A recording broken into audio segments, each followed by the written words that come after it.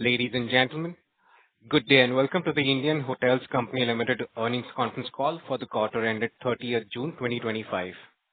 On the call, we have with us Mr. Puneet Chhatwal, Managing Director and CEO, IHCL, and Mr. Ankur Dalwani, EVP and CFO, IHCL. As a reminder, all participant lines will be in the listen-only mode, and there will be an opportunity for you to ask questions after the presentation concludes. Should you need assistance during this conference call, please signal an operator by pressing star then zero on your touchtone phone. Please note that this conference is being recorded. I now hand the conference over to Mr. Puneet Chhatwal. Thank you, and over to you, Mr. Chhatwal. Good evening, everyone, and thank you for joining our global conference call for Q1 25-26.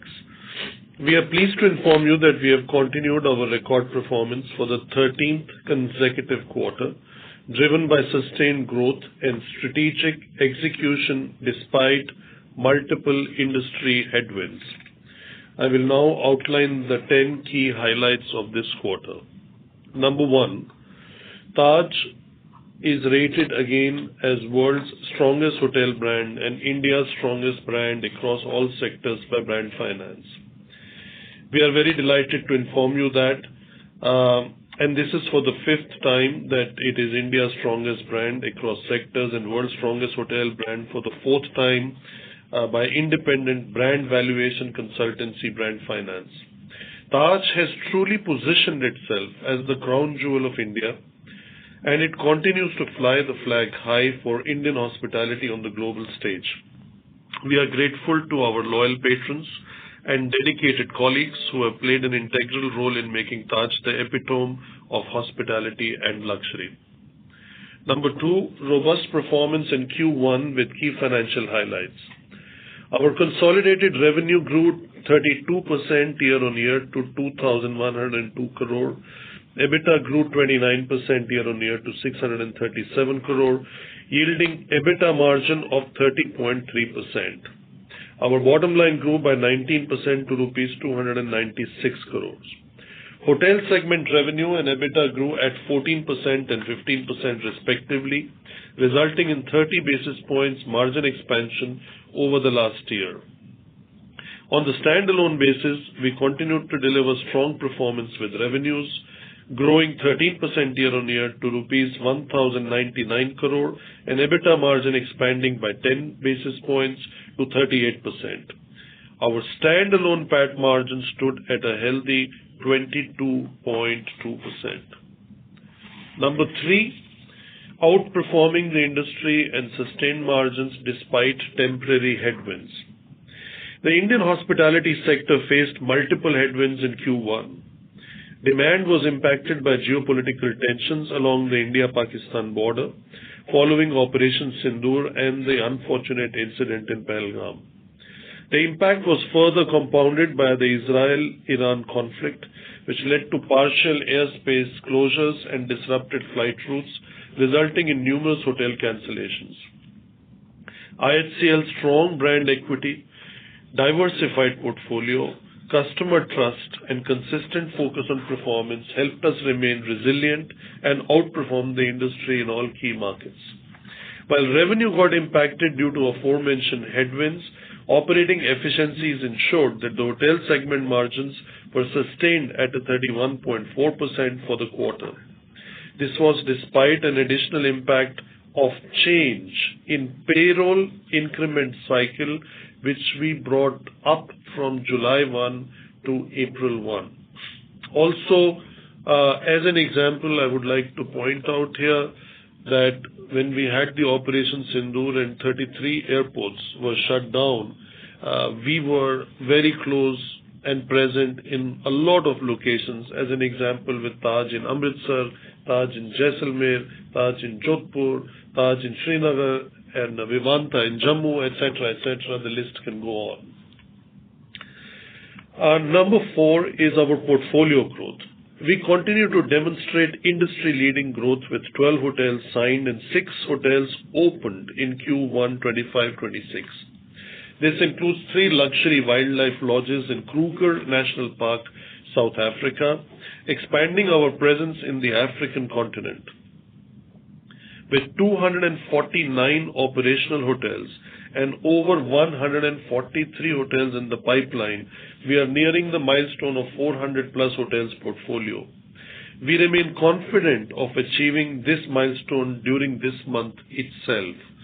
And as a reminder, our guidance under Accelerate 2030 is to have 700 hotels portfolio by 2030. Number 5, traditional business continues to be strong. RevPAR for our consolidated domestic hotels grew by a strong 11% on a like-for-like basis and 13% for our owned international hotels. Key business cities, which are important for our consolidated performance, continue to benefit from limited supply growth. Our international hotels performed very well, led by strong growth in U.S. hotels, especially the Pierre, which closed the quarter with a positive profit before tax. Number 6, new brands and reimagined businesses. IHCL's new businesses vertical comprising of Ginger, Qmin, amã Stays & Trails, and now also Tree of Life continued to showcase strong growth of 27% year-on-year. Ginger grew 25% year-on-year, enabled by the stellar performance of the flagship Ginger Mumbai Airport Hotel, as well as a strong growth in F&B revenues driven by what we call Qminization of Ginger. That means having Qmin-branded restaurants in our Ginger properties. All this was despite revenue curtailment for the reasons I have already mentioned. Qmin has grown to 93 outlets across multiple formats. amã Stays & Trails has reached a portfolio of 309 bungalows with 138 in operation, and Tree of Life is now a 20+ resorts portfolio with 18 in operation. Number 7, management fee growth through capital light strategy. Our capital light, not like-for-like growth, has helped grow our management fees by 17% from 114 crores last year to 133 crores in Q1 25-26.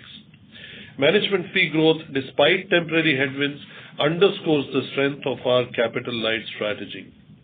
We expect this growth in management fees to sustain with higher flow-throughs to the EBITDA, thereby also assisting and supporting our margin growth. Number 8, strong balance sheet with healthy cash reserves. Our balance sheet continues to be healthy with gross cash reserves of over rupees 3,050 crores. This is enabling us to reinvest in brand and revenue-enhancing capex through upgradation, expansions, as well as investment in new greenfield projects. We expect to invest rupees 1,200 crores in FY25-26 for assets under construction, renovations, expansions, and very importantly, strong digital initiatives which we have shared in other investor meetings and calls, be it with SAP or be it the new ERP system.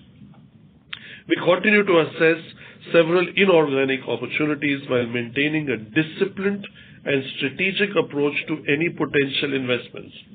One such opportunity that was closed during the quarter is an under-construction hotel near the Kolkata airport that was jointly evaluated by IHCL and the Tata Group.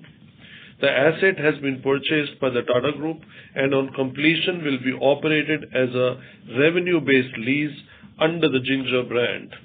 Over time, this could potentially lead to the creation of an asset platform which could become a big strategic enabler for IHCL. Even without that, this is also strengthening Ginger brand's presence in key airports. After Ginger Mumbai Airport, we are under construction in Ginger Goa, the new Mopa Airport. We will be opening within the next 1 year at the Ginger Bangalore Airport, and now we are adding Kolkata Airport besides the flagship properties in Ekta Nagar and the recently opened Ginger in Chanakyapuri, Delhi. Number 9, Pathya. Staying aligned with our ESG Plus initiative, Pathya, the journey towards our 2030 targets, remains on track. IHCL now uses 38% energy from renewable sources and has installed 371 EV charging stations across 163 locations in India. Continuing our journey of eliminating single-use plastic, IHCL has installed bottling plants at 69 hotels and achieved 49% recycling of water used in Q1. IHCL currently partners in operating 52 skill centers across 20 states in India. Since 2020, we have trained over 31,000 youth and are well on track to reach our goal of skilling 100,000 youth by 2030. Finally, number 10, looking ahead to the remaining year. Despite base effect for July, which had 5 auspicious wedding dates last year, overall outlook for Q2 also remains robust.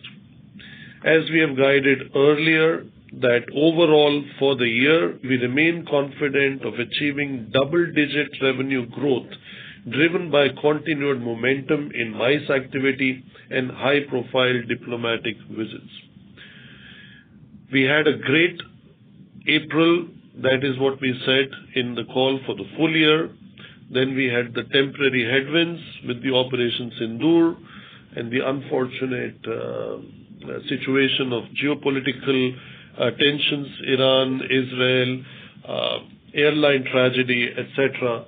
And notwithstanding that, we are expecting a strong performance in August, followed by an equally strong September. In summary, we are well poised to deliver our revenue guidance with sustained margins.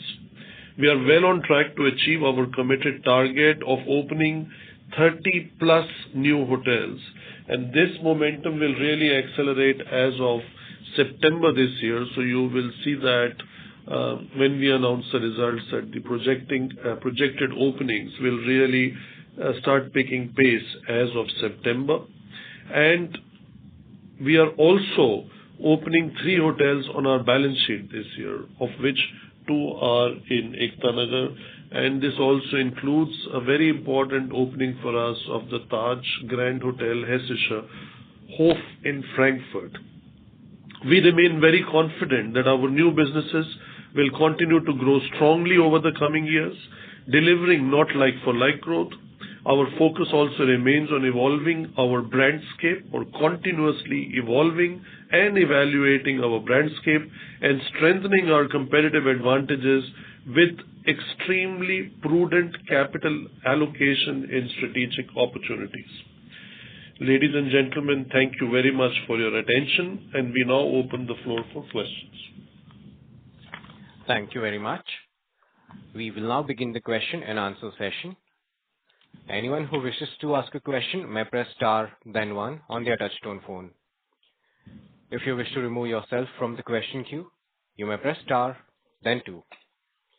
Participants are requested to use handsets while asking a question. Ladies and gentlemen, we will wait for a moment while the question queue assembles. Our first question comes from the line of Binay from Morgan Stanley. Please go ahead. Hi team, congrats on a good quarter despite all the events that went through. My first question is that, in the presentation we are talking about 2 major assets under renovation, and we've taken that out of the RevPAR calculation. Could you share a little bit about what are these 2 assets? What has been the impact? Is this regular renovation or is this an upgrade? Any light on that? How to see that? We have been thank you. We have 2 very important assets for us historically. That's the Taj Palace in Delhi, which is undergoing 150 rooms renovation as we speak. This will be on for at least a few more months, and hopefully the entire inventory is back as of 1st of October. And the second one is Fort Aguada in Goa, which recently celebrated 50 years. So we have 40 rooms there in the main block, also under complete renovation. This is not soft kind of renovation. This is complete refurbishment where all those rooms have been taken out of order. And is it fair to say this is more one-off and not regular, which is why you are calling it out this time? So Binay, hi, this is Ankur here. Thanks for the question. I think, no, this is something which we do it regularly, but anyway, for whenever the assets are out of operation for 6 months and above, basically they are adjusted in RevPAR, and that has always been the case. So it's not a new sort of practice. Just wanted to bring that to your attention. This is a typical industry thing that if you have soft or temporary out of order, you don't take that inventory out. But if it's permanently out of order for a period, for a longer period, then it is taken out. Thanks. And just to follow up on the commentary that we made about July, I think it's a robust month. Any context, is it high single digit or RevPAR that we are talking about? I think we should not look into a month. Each quarter or the year has 12 months and quarter has 3 months. The trend is positive. Everything moves in the right direction. We feel extremely confident. I can't be more direct than this when I use the word extremely confident of delivering on double-digit growth for the hotel segment for the year. And despite all the turbulences in the airline sector, we still feel very confident about delivering 20% top-line growth in the airline catering business for the year. And lastly, Puneet, we saw the news, you joined the Tata Neu board. What incrementally, we've talked about Tata Neu in the past conference calls also, and you have a slide where they do see revenue from there growing. How much of the opportunity has been tapped? How much more can IHCL shareholders look to gain from this partnership? Anything you want to share on that side? I don't know if I should answer this very serious or on a lighter note. I think IHCL can only benefit by me being on the board of Tata Digital, as we are the first founding member of Tata Neu. We have always communicated and always believed that this kind of capability for a hotel company to bring on its own with our size and capabilities would have been very difficult. We are very blessed to have this opportunity, and the Tata Neu membership, which was for us stagnating at around, not Tata Neu, the loyalty membership from 2005 till 2020 or 21 was somewhere between 1 to 2.2 million was the maximum it reached. And in the last 3 years, by end of July, our loyalty members has crossed 11 million, which is less than 10% of the total members, active members of the Tata Neu system. So these are 11 million who have transacted with us, with Indian Hotels on that platform. I think it's just the beginning. This will be a very interesting and a very important competitive advantage, both at a group level as well as at IHCL level in a few years from now. And already 3 years behind us, we see how our base has increased and our loyalty-led revenue is very high. And just in the quarter, we had a 46% growth versus previous year on the app revenue itself.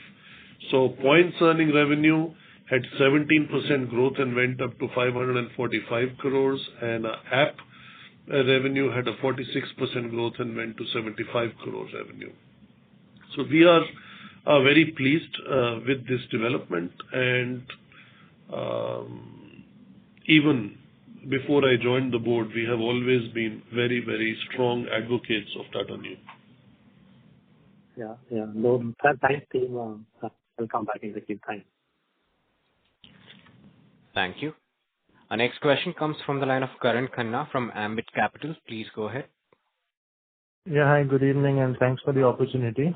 I had 3 questions, Puneet and Ankur. So first, if you talk about the RevPAR growth of 13% that we've seen in the international portfolio, this seems to have surpassed that of domestic growth for the first time in a while, with United Holdings and PM Hotels seeing a sharp growth.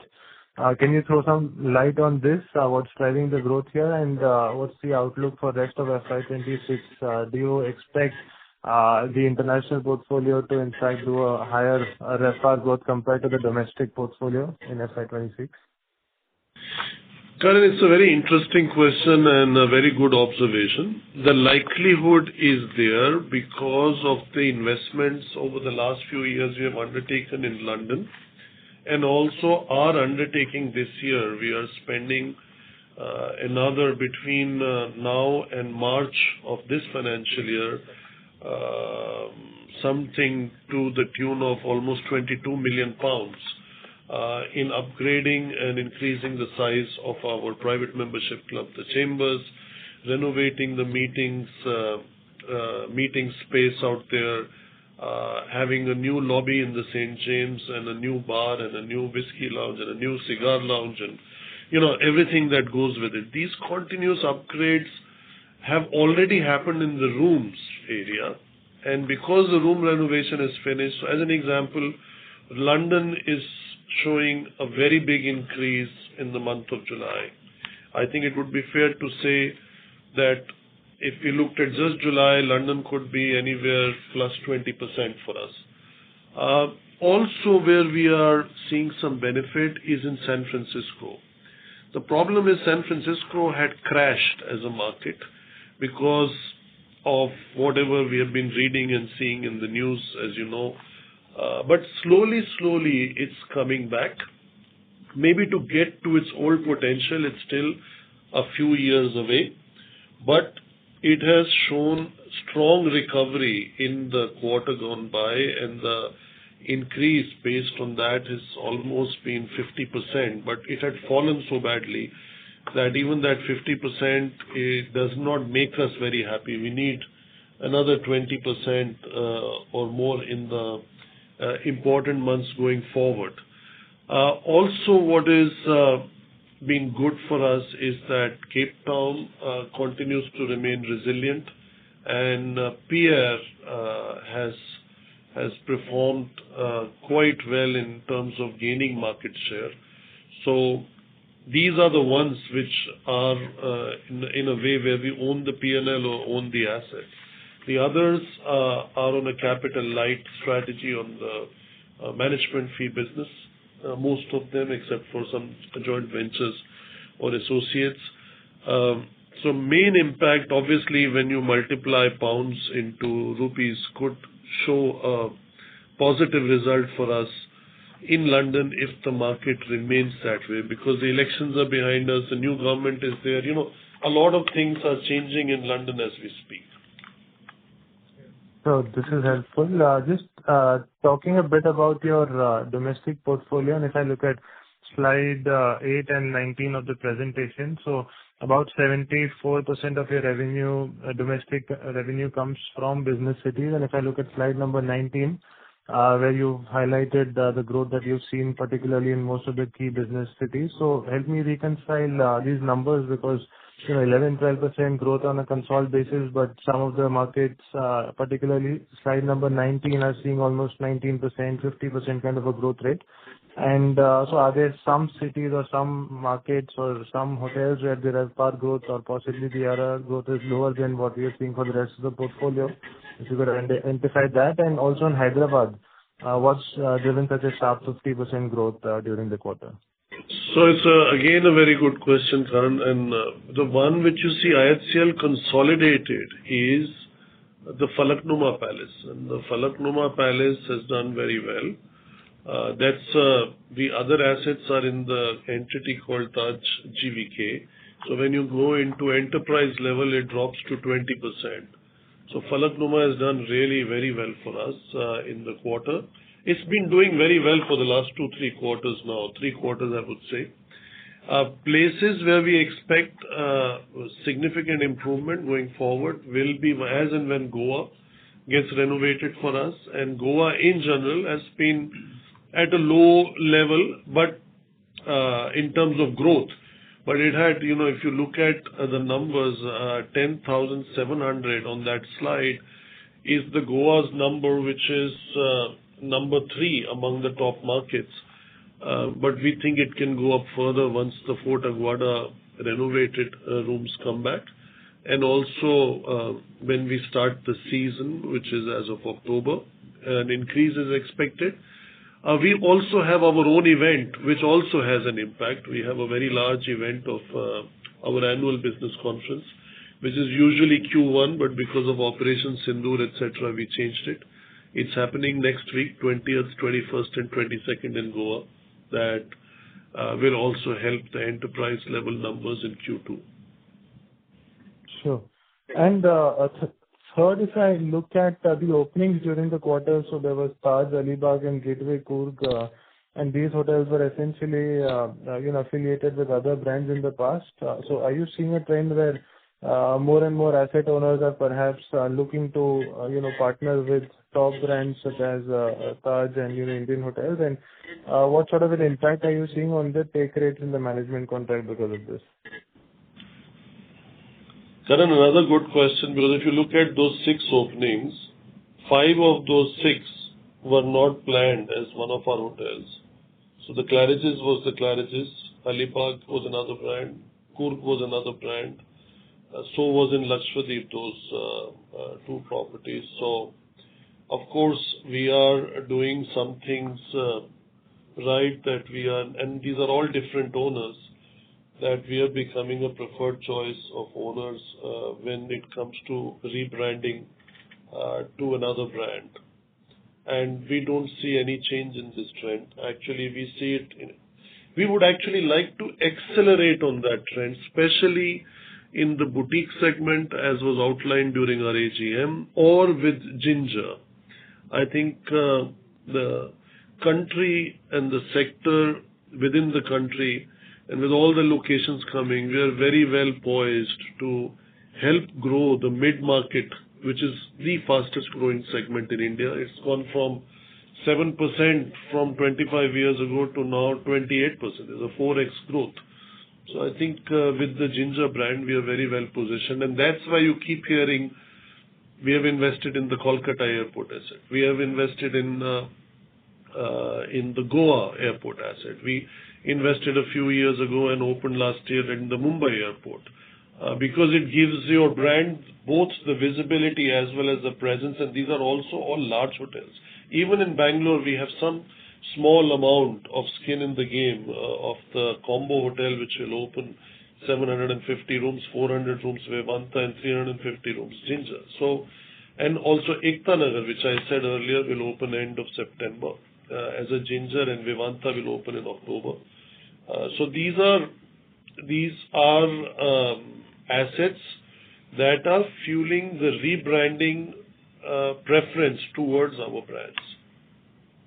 Sure. And my last question to you, Puneet, how does the MICE pipeline look like for you, particularly in the, the social wedding segment, etc.? Because second half again has a lot of auspicious dates, so other contracts are getting negotiated at a higher rate compared to last year, and the number of contracts, how is that trending for you? That would be my last question.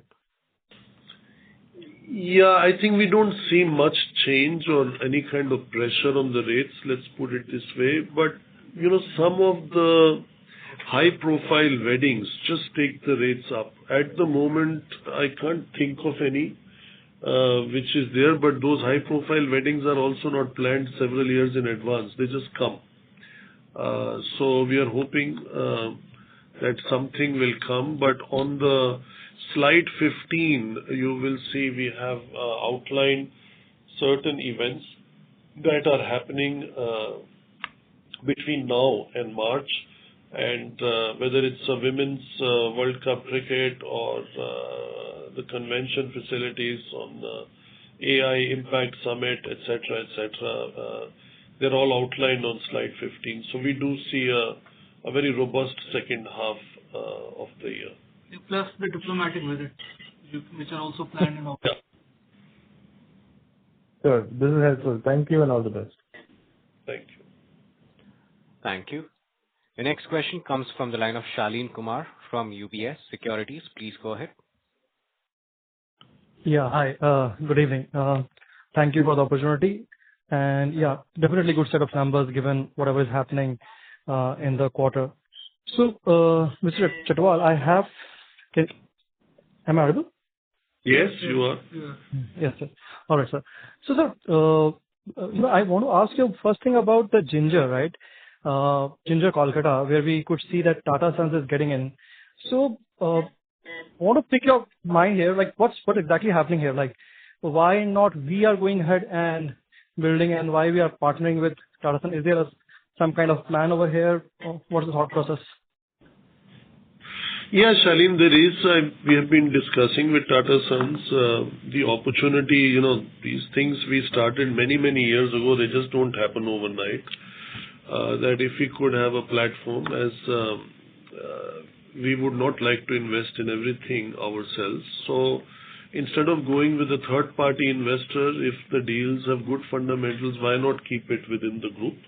And it is also the beginning of a nice journey where Tata Sons could gain from an asset platform, and we still gain in doing a revenue share, and we stay, capital light, but benefit fully without having the other impacts of any kind of development risk, construction risk, delays, depreciations, investments going forward. So we would choose that very carefully, and wherever it is possible, we'll leverage that. Wherever it is possible, based on our cash needs, we will invest. As you know, we are net debt positive, and we have a good amount of cash, but we need cash for the construction of Sea Rock. We need, which we call Bandstand now.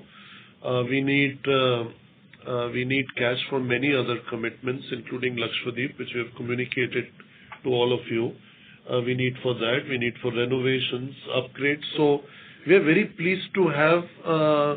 We still have a platform with GIC, but we are very pleased to have another platform and another source of income, and another source of capital. Sorry, not income, capital. And I think it's a very important strategic step for both the group as well as IHCL, and something very interesting to watch out for.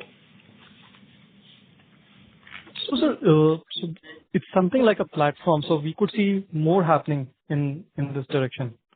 Yes, that is correct. You could see more happening in this direction, similar kind of projects. All right, that's great. And it does not mean, Shaleen, that we will not invest. It's not that we will just keep sitting on cash and never invest. As I said, we are investing.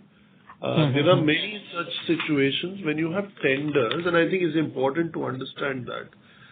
Many, like Ekta Nagar, we have invested. Now, there are certain conditions in the RFPs that come and the tender terms in which you have to own it for a certain minimum number of years before you can flip over the asset.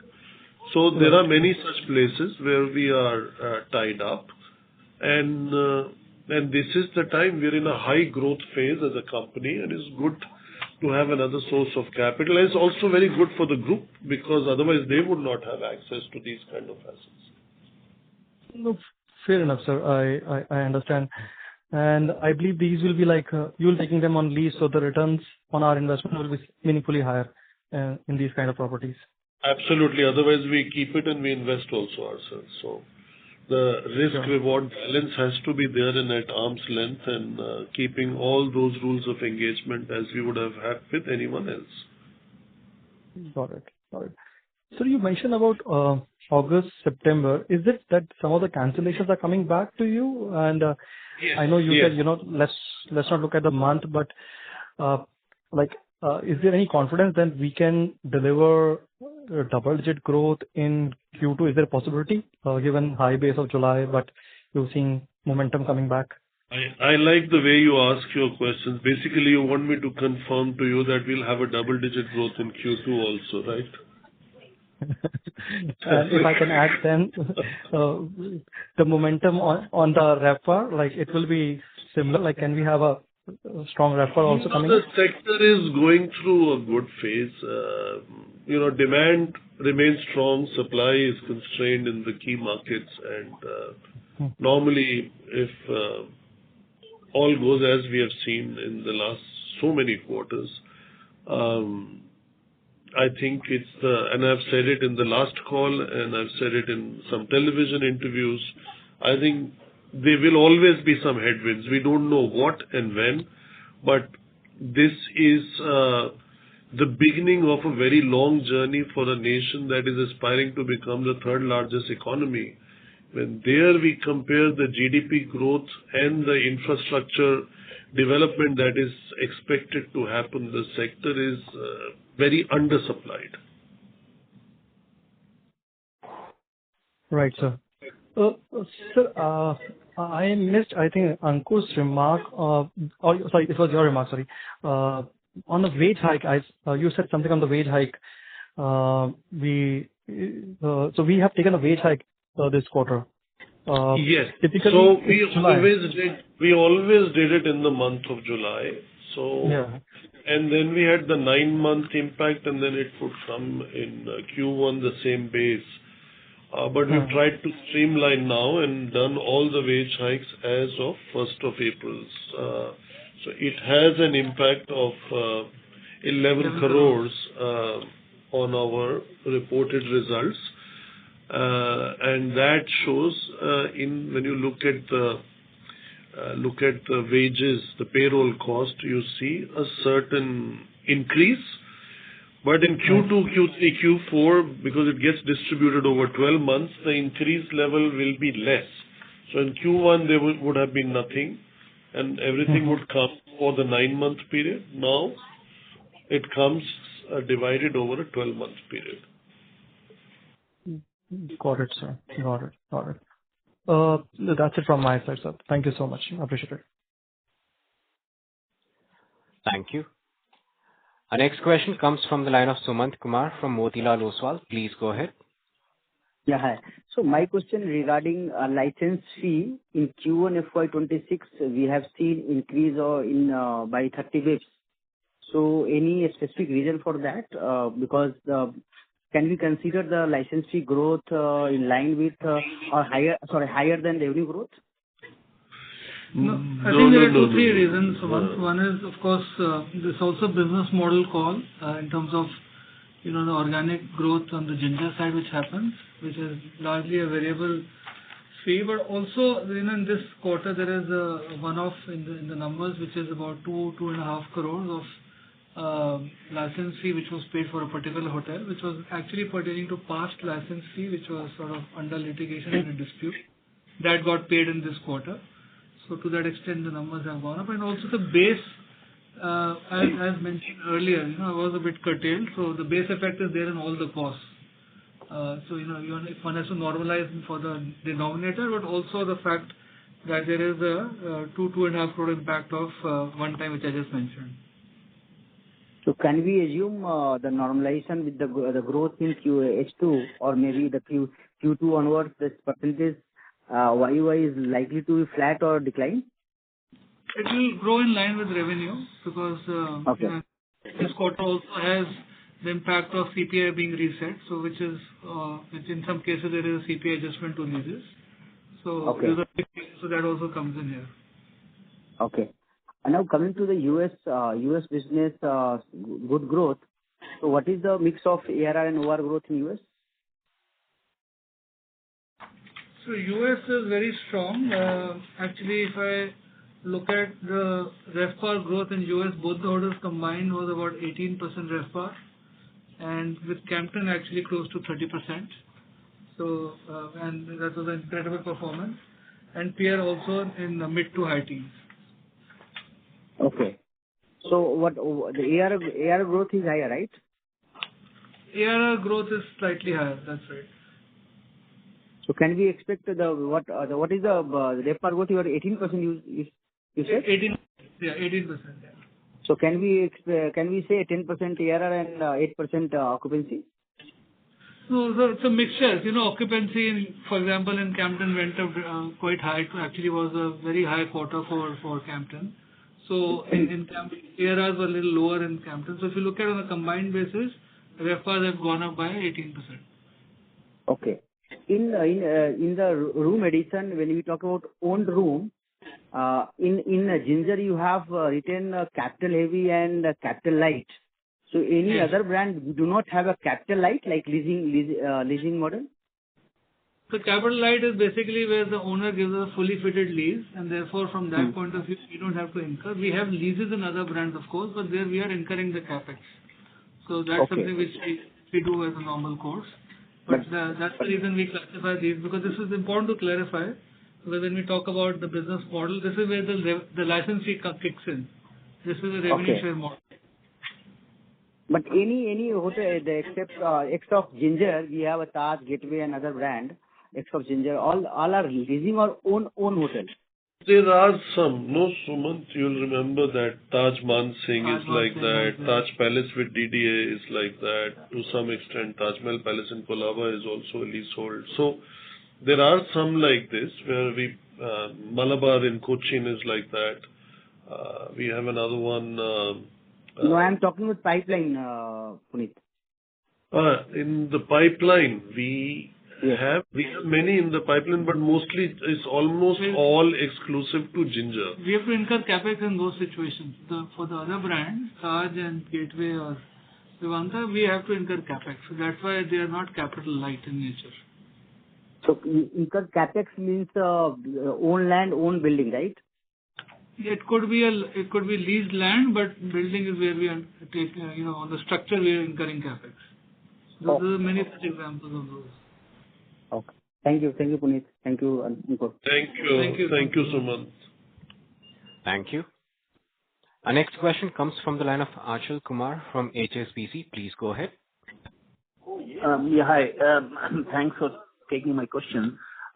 First of all, I just want to understand a bit on the balance sheet, and that's in the context, like when you mentioned that Ginger Kolkata group is entering, and then you mentioned that you need to spend a lot of money on other things. So just want to understand, for example, Taj Bandstand, are you still looking for some investor or somebody who could strategic investor or anything like that?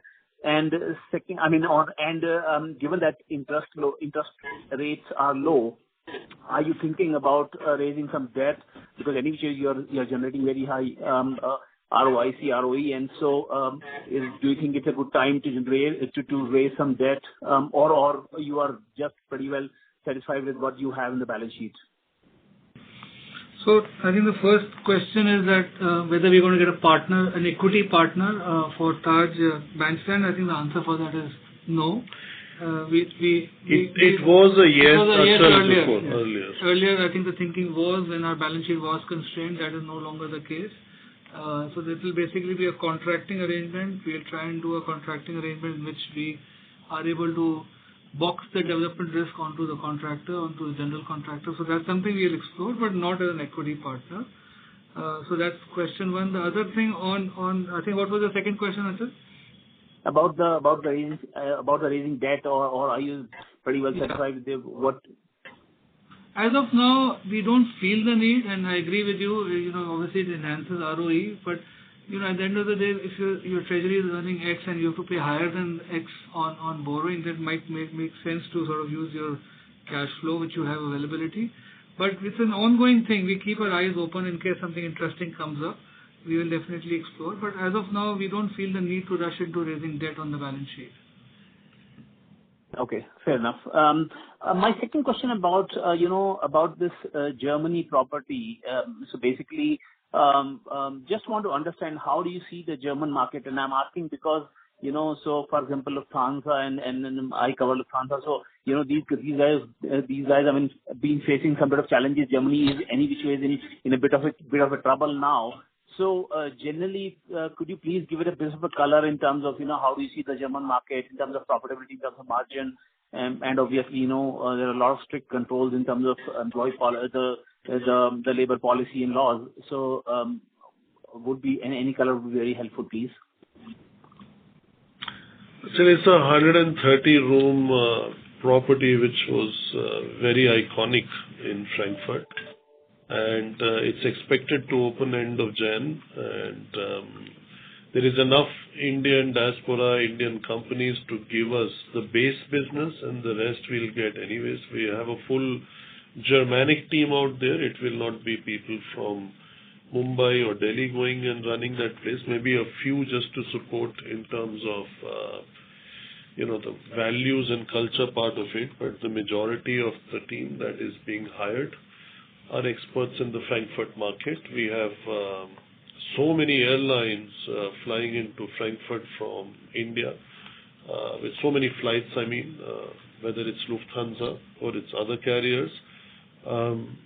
We think it's a very important gateway, which is next to the India House. It's if you stand with your back to the property, on the left, less than 100 meters is the Indian consulate, and on the right, diagonally across, is the Messeturm, which houses the head office of TCS for Europe.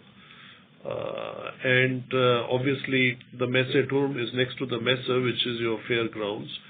And that is the part of the city where all the development is coming and happening, and the growth is there.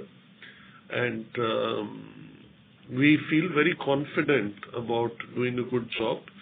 And very important, this will be also bringing in another chamber. So look at the private membership club proposition. London is doubling in size, the chambers. First, there was no chambers in London. Now it's doubling in size. Frankfurt gets one. Dubai already has one. And India, we opened in Bangalore, which never had one. So Hyderabad, Chennai, Bangalore, two in Mumbai. The Mumbai is also doubling in size in Colaba. The Land's End, we increased the size and have renovated fully. Delhi, we already doubled in size 3-4 years ago. So it is in Kolkata, very beautifully renovated. So I think this whole club business internationally is also complementing the hotel, but also creating a lot of business opportunities for us. Right. Okay. Fair enough. Sorry, and it will also have. Sorry, Achal, I forgot. It will also have Bombay Brasserie. So, like Cape Town Taj has Bombay Brasserie, San Francisco has Bombay Brasserie. We now even have standalone in Singapore. We have Bombay Brasserie in Dubai, and now the next Bombay Brasserie will be in Frankfurt. So even there is brand equity being created in brands like this, which we have had for ages. Also chambers. And London also we have. So Bombay Brasserie. So there is some value to the brand also. Right. No, fair enough. And finally, I also wanted to understand your thoughts on, the sort of overall changes, probably in terms of, so a lot of, I think I asked this question last time also, there's a lot of international players coming in, and you can see that we have a bit of equity investment coming through. Equity partners are sort of investing in the hotel properties as same as we have the structure in the US. So how do you see these kind of changes, in the structure, in the competition, all that? Would really appreciate your thoughts on that, please. See, players, if we are also going to Frankfurt, the Frankfurters also have a right to come here, right? If we go to New York, the New Yorkers can also come here. I think competition helps the sector to improve, and it's very good because you learn from each other. And everybody has some kind of a USP, both as brands, as companies, as organizations. So it would only be a challenge if you saw some kind of a slowdown with us because others were coming in. Actually, others are just following us. So we have had year after year most signings, most openings. I don't see that trend changing even this year. So that's how we look at it, and we always say let our results speak for themselves. See the growth in the management fee income. What we have in a quarter used to be the full year management fee income 6 years ago or 7 years. Actually you would recall when we did the first capital market day in the last 6-7 years, that was our annual management fee. So all that is coming through that kind of growth, and with 143 hotels in pipeline, even if we stopped growing today, we'll keep opening 30-40 hotels per year for the next 3-4 years. Yeah. I mean, no, you're right. You're absolutely right, Puneet. Competition is good, but I just wanted to understand because, if a lot of competition, and I'm referring to the Indigo's, decision to sort of add so many keys. So how would that impact your ARR? Because at the moment, industry is definitely in a very strong upcycle. But if you have so many people, so many investors coming in, adding the hotels, don't you think that could add pressure on It's a the good ARR? question, Achal. It's a good question, but there is a difference in this time and the last time. See, we get this question all the time, the last cycle. See, the last cycle was limited to metros. India's landscape is changing, and in our opinion, more than 50% of the new supply is coming in tier 2, tier 3, or markets which don't even have any hotels at all. So that is the bigger difference on this occasion. Your main business is even today driven by those top 10 cities, whether there's Delhi, Mumbai, Goa, Rajasthan, etc. These are those top 10 markets, right? There the increase in supply is very limited or contained or constrained. Whereas you will suddenly hear, including us, we are going to locations which, we have a Vivanta in Pakyong in Sikkim, or we have a Vivanta in Arunachal, overlooking the Chinese border. We have opened, so these are all new markets. So this is not that there are many other hotels coming into that market, so suddenly the revenue and the rate, etc., will drop. Right. No, perfect. And then another thing, another trend which you should know. I don't know the reason. You might be knowing it better. Something has changed in India in terms of spiritual tourism. The number of people going to Char Dham or to, what did we have just now, Mahakumbh, these kind of numbers have never been witnessed in the history before. The way our property is performing in Banaras, where we are adding another 100 rooms, should open very shortly, doubling the size of the Taj Ganges, and many other hotels with other brands that we have in our portfolio will also be opening in Banaras. So there is something that has changed in terms of trips to spiritual destinations. We never had a hotel in Tirupati. Now we have a Taj also and one under Selections also. We never had a hotel in Puri, but since 7-8 months we have a Taj in Puri also. So these are very resilient, I would say, in their performance. Thank you so much, Puneet. Those are really helpful. I'll just come back in a queue. I have one question, but I'll come back in the queue. Thank you. Thank you. Our next question comes from the line of Prateek Kumar from Jefferies. Please go ahead. Hello. Yeah. Srini sir, my first question is on your CapEx guidance. So we have talked about 1,200 crore CapEx guidance, like the highest in the past years. So how do we see with a bunch of other greenfield assets which have not been approved for rollout as of now? I see they add up to around 1,000 keys and 500 keys also to be added in 27-28. So is this like sort of CapEx going to accelerate from 1,200 crore to a much higher number, or this is the number we should build for years beyond 26? That is my first question. We would try to, before we followed the policy of CapEx should not exceed depreciation, but now that we're in a high growth phase, the CapEx will not increase or exceed the free cash flow. Yeah, I think we did give a long-term guidance on CapEx in our Accelerate 2030.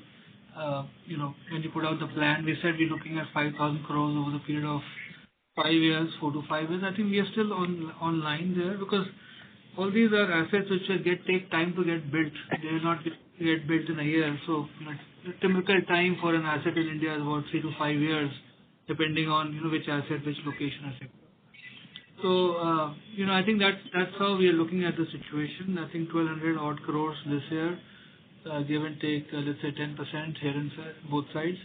And I think it's going to play out in the range of 1,000 to 1,500 crores over the next 2-3 years, and then we'll see how it goes, depending on what opportunities are coming our way. I think more importantly, Prateek, is that every asset we make sure it is ROC accretive and it makes the right IRR for us from a cost of capital perspective. So that is something we are very particular about.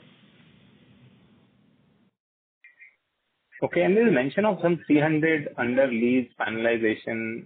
Is there some new additions to hotels which are not announced? Does that mean that?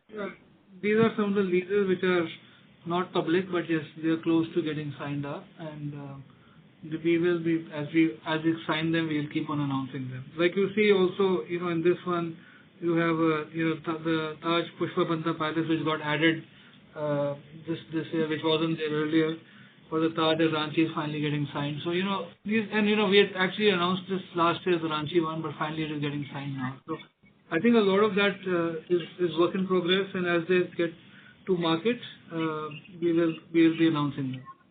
But there is, good momentum on that side. There is good interest from the state governments to sort of get an IHCL-owned hotel in the state capitals, and that's we're seeing that momentum continue. Okay, and one related question, like related to platform. So I know you talked about it, but how are we sort of deciding this CapEx will be done by us and something by platform? And another question on platform is when you are building hotel in platform, so management fees, are these management contracts, hotel, it will come in our books, or would that be a fully fitted lease? No, so the first one which we have started off is a fully fitted lease. It's a 195 room outlet, close to 200 room Ginger Hotel, Calcutta Airport. So this will be similar to any other Ginger hotel would have done with a third party owner. We would have paid them a revenue share lease. This asset comes with the land, which is fully being purchased as part of the transaction by the Tata Group. So, we've that as also a good thing, because then if tomorrow FSI changes, we can also add more rooms, etc. So in going forward, I think like it was mentioned, this is a first step in the direction of creating a platform, and over time it could open up another source of capital where there are assets which are strategic and synergistic with the group investments, and it could make sense to do more of those there. It could also help in scaling up the Ginger platform, because in Ginger, in the case of Ginger, we work with a lot of third party owners, and then why not that owner being the Tata Group itself? So I think those are two sort of big areas where we think more hotels could get added under this platform. And because it's some form of related party, particularly, so how are the lease rates here versus a third party sort of decided? Because it seems like a fiercely competing segment in case of management contracts also, like the take rates. So this is not a management contract, Pratik. This is a lease, which is a revenue share lease, and like Mr. Chatwal mentioned earlier, it's all at arm's length, and from the Tata Group, that's the least you would expect. And so this will as well be as arm's length lease, which will be entered into going forward. Sure. Thank you. These are my questions. All the best. Thank you, Pratik. Thank you. Our next question comes from the line of Sritika Ray Mohapatra from JP Morgan. Please go ahead. Thank you for the opportunity. Just one question from my side. You have spoken about the international business. Wanted to understand how you see the UK market improvement or changes coming through. I think you alluded to a bit in your remarks earlier, but anything in particular with respect to margins that you are already starting to see or expect in the near term? I mentioned that earlier, that UK is performing well, especially this month of July with Wimbledon, and the cricket has been extraordinary for us because both of them have come together. And with our renovated rooms back in operation and some public areas investment that we are making, so the renovated rooms will give us good average rate and occupancy. There will be some displacement in the public areas, but we see it as a very positive investment, as London is among the top 2 lodging markets of the world. And it has always worked well for us, and it has always been driving good margins also. So, anything in terms of the sequential improvement that you may see in 2Q or for FY26 that you are expecting? It should keep improving upon the numbers that we did last year in a double-digit growth, as we have said for others. And double-digit growth in markets like U.K. or London is very significant number. Thank you. That's all from my side. Thank you. Our next question comes from the line of Sameet Sinha from Macquarie. Please go ahead. Yes, thank you. Couple of questions. First is, Puneet and Ankur, you can talk about the margins. How do you see that? How do you see the cadence throughout the year? Because this particular quarter has been impacted by, of course, you had TajSATS, you probably had some revenue shortfall. You had the pull forward of the salary increases, and you mentioned the digital spend. Can you talk about, obviously understanding the fact that the wage hike, you've explained that. Can you talk about the digital spend? Is that going to continue throughout the year, or is that going to end at some point and you could see margins start to go back up? And I just want to double click because you mentioned sustained EBITDA growth or sustained EBITDA margin on double-digit EBITDA growth. So I just wanted to get more clarity around how you see that working through the year. Then I have a couple of follow-ups. I'll let Ankur answer in detail, but very simple. We have delivered 35% EBITDA margin last year. Given the nature of our portfolio, including assets outside of India, delivering 35% on consolidated is possibly an industry-leading figure on a global benchmark basis. And on a standalone, that relates to more than 40. So that way, if we can maintain or marginally increase those margins, would be like a great situation to be in. And the initial trend of this quarter gone by shows that we are absolutely in line with it. Actually, even higher than Q1 of last year, if we just made that adjustment for the wage increase that we have taken as of April, which will benefit us going forward in Q2, Q3, and Q4. So all in all, that is more important to see is that it is a sustainable increase, whether it's on a top line, or it's at the EBITDA level, or it is at a PAT level, or it is at a margin level. Ankur, go ahead. Yeah, I think you've covered it. I think, see, the 2-3 drivers for margins in the short term or the medium term. Like you said, there is obviously costs which are going through the P&L, which are relating to technology. Even this quarter, we had some costs which did go through the P&L. I think they will continue because the nature of the technology investments are more OPEX. But I think as the base gets built for the year, then obviously that comes into the base and therefore will not keep on growing from there at an exponential rate. But this quarter also we had some costs going through the P&L. The other thing is that on the margin side is a mix of the business. I think the mix of the business, we have given you a breakup in the pie chart. You can see the various sort of drivers. I think the growth rates for both new business and management fee is higher than the overall business, and these are higher margin businesses relatively. And also, if you add Chambers to it, that's almost like 15-16% of our revenues, which is actually growing at a higher rate and have a relatively higher margin profile. In our existing hotels, we've guided towards a long-term RevPAR of high single digit. I think if we sort of get to that in the next 2-3 years, there is no reason why operating leverage will not kick in. Having said that, there are always headwinds which Mr. Chhatwal also referred to, and so we have to be prepared for some of these as they come in. So yeah, I think that's the broad picture on margin, Samit. As you know, we don't guide specifically for the year or for the quarter, but directionally looking okay. Got it. Okay. The second question is in terms of this wage hike that you have to pull forward. I mean, there have been media reports talking about how there's a shortfall in the industry, qualified people, especially as we see all growth in all these properties.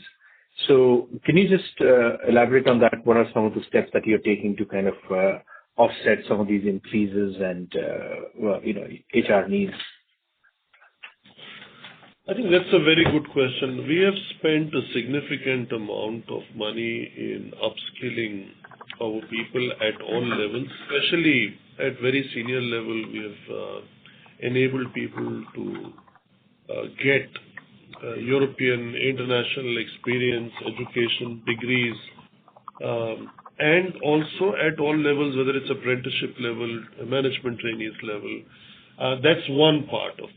The second is, as our commitment on Pathya, which we launched 3 years ago, we committed to skill 100,000 people by 2030.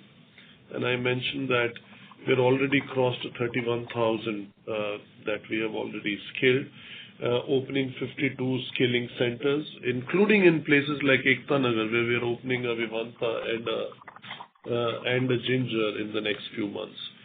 So yes, there is indeed some kind of shortage or crunch because the demand came back very strong.